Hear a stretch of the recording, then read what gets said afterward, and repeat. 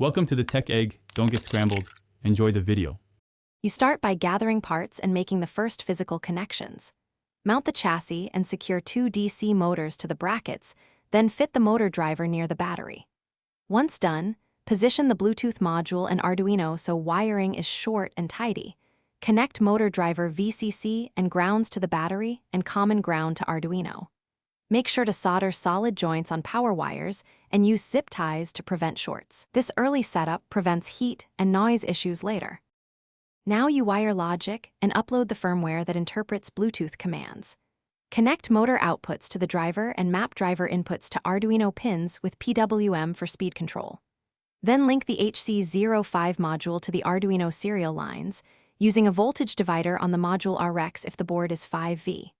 Once connected, upload a sketch that reads serial, parses simple commands like F, B, L, R, S, and writes PWM and direction signals. Test each motor individually to confirm correct direction and PWM response. Finish by testing and enclosing the electronics. Pair your phone to the Bluetooth module and send commands while the car is raised off the ground so you can safely observe wheel rotation and steering response.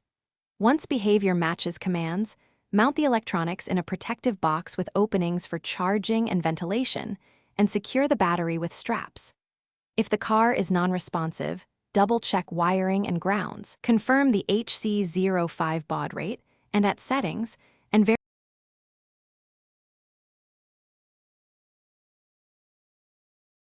Thanks for watching. Consider subscribing if I helped unscramble your problems.